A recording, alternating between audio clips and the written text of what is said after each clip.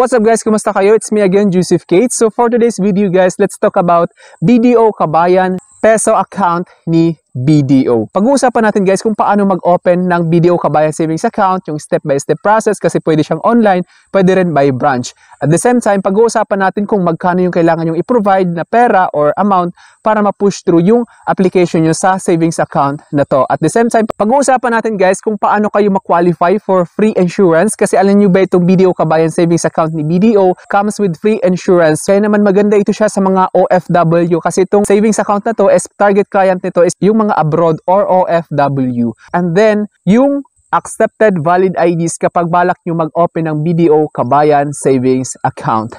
Pero bago yun, nais muna kitang imbitahan na mag-subscribe sa YouTube channel ko kung bago ka pa lang kasi marami pa po akong i-share na mga tutorials, knowledge, and experience of mine in the future. Kaya naman huwag niyong kalimutan mag-subscribe para updated kayo lagi sa mga vlogs na i-upload ko. Yun lang po at sobrang maraming salamat po. So as you can see guys, ayan, Kabayan Savings. Ipon ang simula ng asenso, bago mag-abroad, make sure may account ka at beneficiary mo para makaipon from remittance. Pag may account, madaling mag-avail ng ibang products like loans at investments. O diba, advantage talaga itong BDO Kabayan Savings.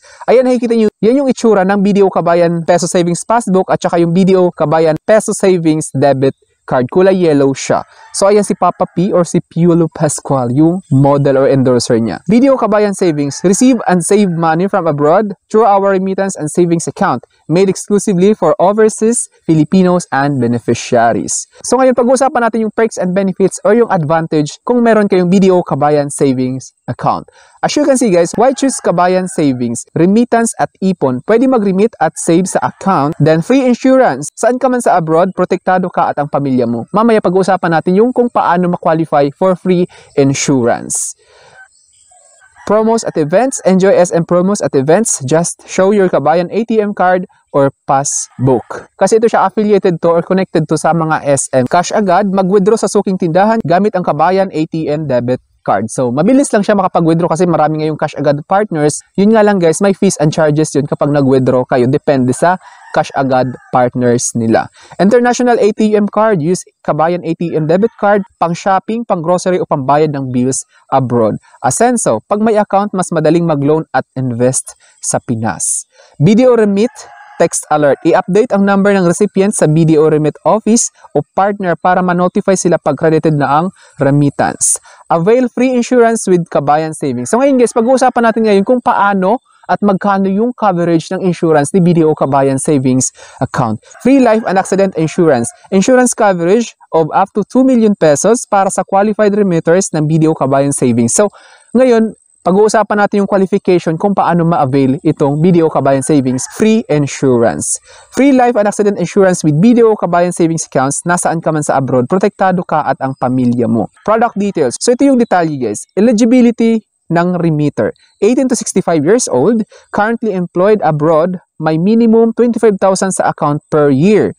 Nag-remit at least 6 times sa loob ng 12 months. So dapat guys, mayroon kayong 25,000 sa account bawat taon at dapat nakapag-remit kayo ng hindi bababa sa 6 na beses sa isang taon kasi 12 months. Ito, pag-uusapan natin yung coverage ng free insurance ni BDO Kabayan Savings Account. Total insurance coverage is 50% ng iyong ADB or average daily balance plus 50% ng total remittances sa loob ng 12 months na hindi hihigit sa 1 million. So ito guys, dapat aware kayo sa terms and conditions na to, baka kasi magulat kayo. So yung insurance coverage niya is 50% kung magkano yung average daily balance. Halimbawa, may average daily balance kayo na 500,000. So 250,000 yung coverage niya.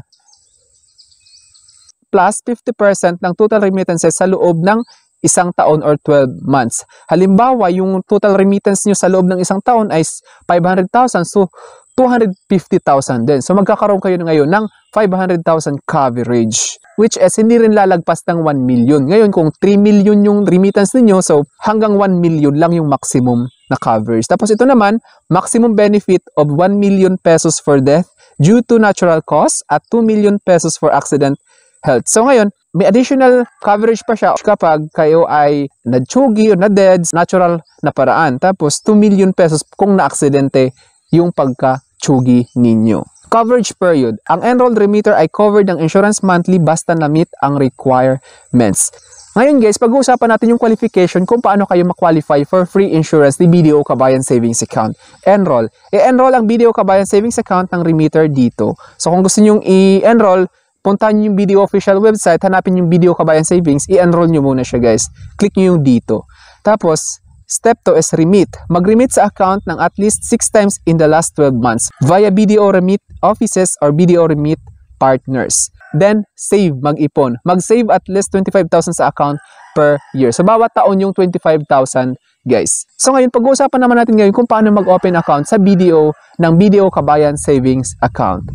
Open an account now. BDO Kabayan Savings Peso. 100 pesos initial deposit lang. May ATM debit card ka na at passbook na. Kabayan Savings Dollar, $100 initial deposit lang, may international ATM debit card at passbook ka na. So ngayon guys, $100 naman kung gusto niyo na pang international yung ATM debit card at saka may passbook ka na.